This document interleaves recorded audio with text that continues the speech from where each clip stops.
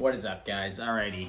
I am getting over sickness, so if this makes no sense and sounds like delirious, crazy advice, then blame it on the illness. But this video is about how mental illness made me rich.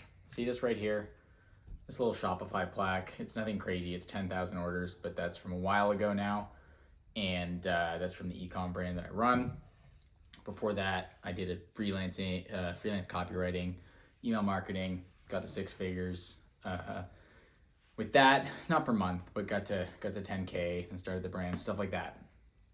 And that's all cool and good, and we get into the business stuff, but I want to talk about some of the backdrop of that connects to this and is super helpful for maybe people who are struggling out there. So the reason I titled this video, My Mental Illness Made Me Rich, is because there is an upside to a lot of the mental struggles that people go through that unfortunately they don't get far enough to see. They don't see the upsides. I believe that kind of like for every, for every reaction, there's an equal and opposite reaction.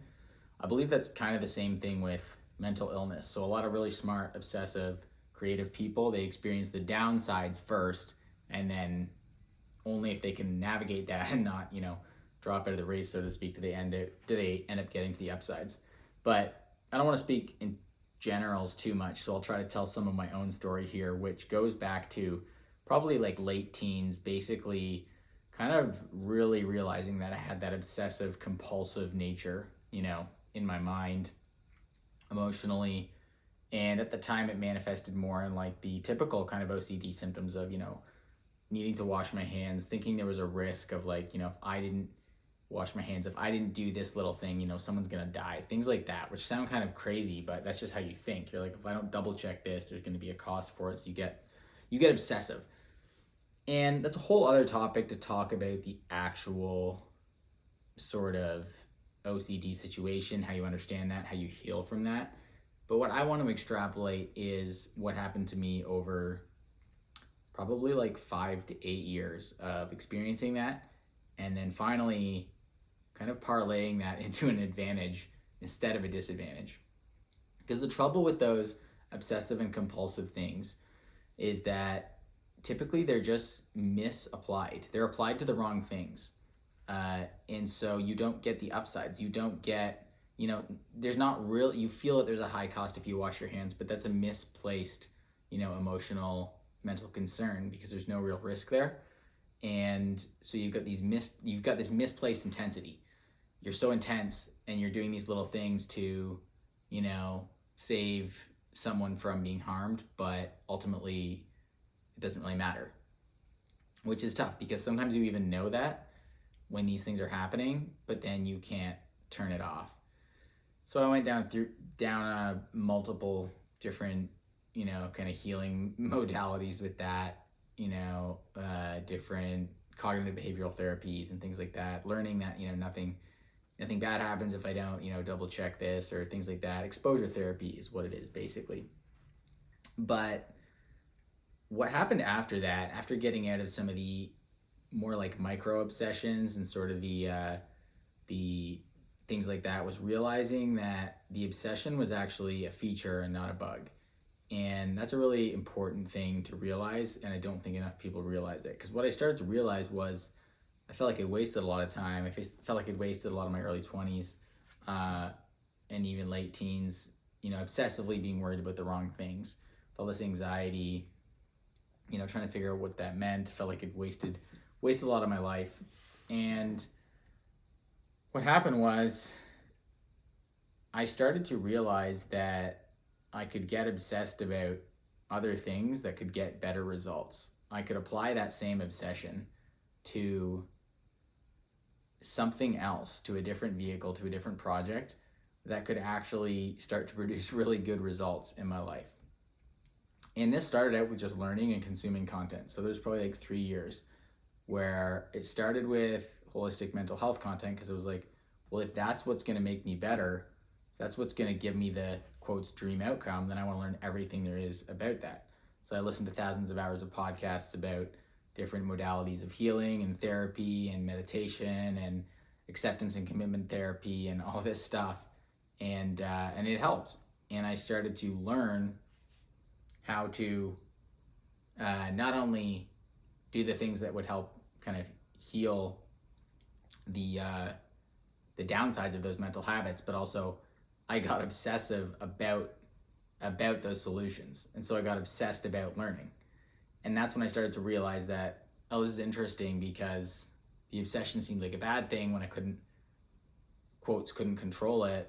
But as soon as I had something else that I could apply it to, I could also obsess over that. And I almost couldn't stop doing that. And so that's what happened. I couldn't stop learning about mental health. I couldn't stop learning about I was having panic attacks too. I couldn't stop learning how to get out of that because it was so interesting, so absorbing to me, because that was my biggest problem. It's kind of interesting because that ultimately ended up with kind of this obsession with marketing, with copywriting, with business, and it's all very similar. People obsess over solutions to their problems, and so if you can describe those problems and you can speak to those people, they're going to buy your stuff. And that was kind of I guess what connects these two things together. It's like wealth with mental illness. That sounds weird, but when you look around, you realize a lot of these people, they have these obsessive tendencies who succeed at something, and there is maybe a dark side to that, but there's also a really rewarding side to that, a really rich side to that, if you can start to embrace the obsessions and not just numb them down, not just turn them off. So that, for me, it went from the mental health education to then the entrepreneurship, to listening to podcasts, Gary Vee, just getting kind of entrepreneur pilled and super interested in that. And I couldn't turn that off. And the obsession kind of became just listening to entrepreneur success stories. And then it switched from there to the actual skill sets. I'm like, well, I don't want to just listen, I want to do it. So then I'm learning about ClickFunnels and Shopify and drop shipping and all these different business models and affiliate marketing, and I'm trying all these different things, and I'm like, okay, this is cool, but I need to actually make money. So then the obsession becomes, where does the actual money come from? And that cut through the next level, which led to, okay, how do you drive the money? And so I got obsessed about that, got obsessed about learning how to do that, which led me to freelancing as my first second, I guess, legit, first online endeavor that really worked, because I was like, okay, I need to obsess over how to get better at copywriting, and then how to get clients, and then how to hit my targets of, 2, 5, 10K a month. And I kind of did that, and it wasn't easy, but the obsession, what I tell people is that I probably wouldn't have gotten the results I've gotten if I didn't want to get them, and I wasn't interested in getting them. And it really was that obsession. My default setting is not necessarily relaxing. It's listening to a podcast, or it's listening to a YouTube video about how to be a better copywriter, how to make better Facebook ads, how to build a stronger brand. And so that obsession just became more and more of an asset. And I didn't realize that till further down the road. I started getting results. I became a good copywriter. I became a good email marketer. I drove good results. And then when I launched my brand, all this obsession about health, human nature, the problems people go through, the emotions they experience, this all bore this richness of relatability, richness of knowing what people are going through, knowing how they respond to certain, kind of social pressures and political movements and all these things. It really started to, I realized that I had been specializing in this stuff, for 5, 6, 7, 8 years.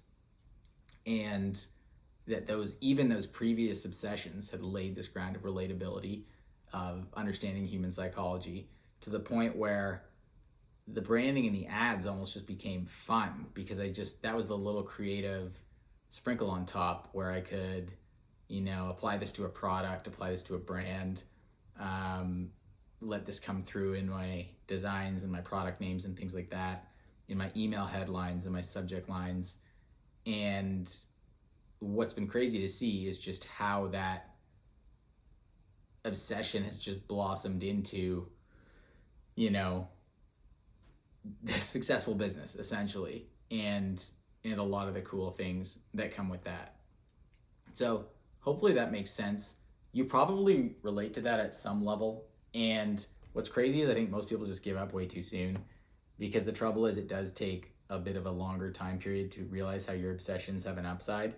And a lot of people, maybe they numb them out or they turn them off or they hide from them, and so they only experience the downsides, and then they mellow themselves out to never experience the creative genius or the marketing genius that is born out of these kind of years of obsession. So I think there's really something to this, how your mental illnesses, your mental problems can make you rich, because typically there's a strong component of obsession, of caring deeply, of really deep thoughts and deep ideas, which can really give depth to something like a personal brand, to something like marketing, to something like creating ads, and has the potential to set you aside in the market and support the skill set to really drive sales, to make money. And so maybe one more practical example as I wrap this up is how can you observe that obsession and then just gear it towards something that will get you the results? Because so many people, they say they want the results, they want the clients, they want the 10K a month, they want to start the brand, but they don't really realize the obsession that it takes to get there. And they don't realize the hours, the days, the weeks that, the people who really win in these areas, that they spend just obsessing over different things to try, different ways to do this, people to outreach to, different ways to do outreach, how to be creative, how to be liked, like just all these things that help bring you success in business. So maybe you're starting from scratch and you're looking for your first few freelancing clients. Try to get obsessed about that, or don't try so much as try to channel your obsession. Lean into the thing that you can't stop doing.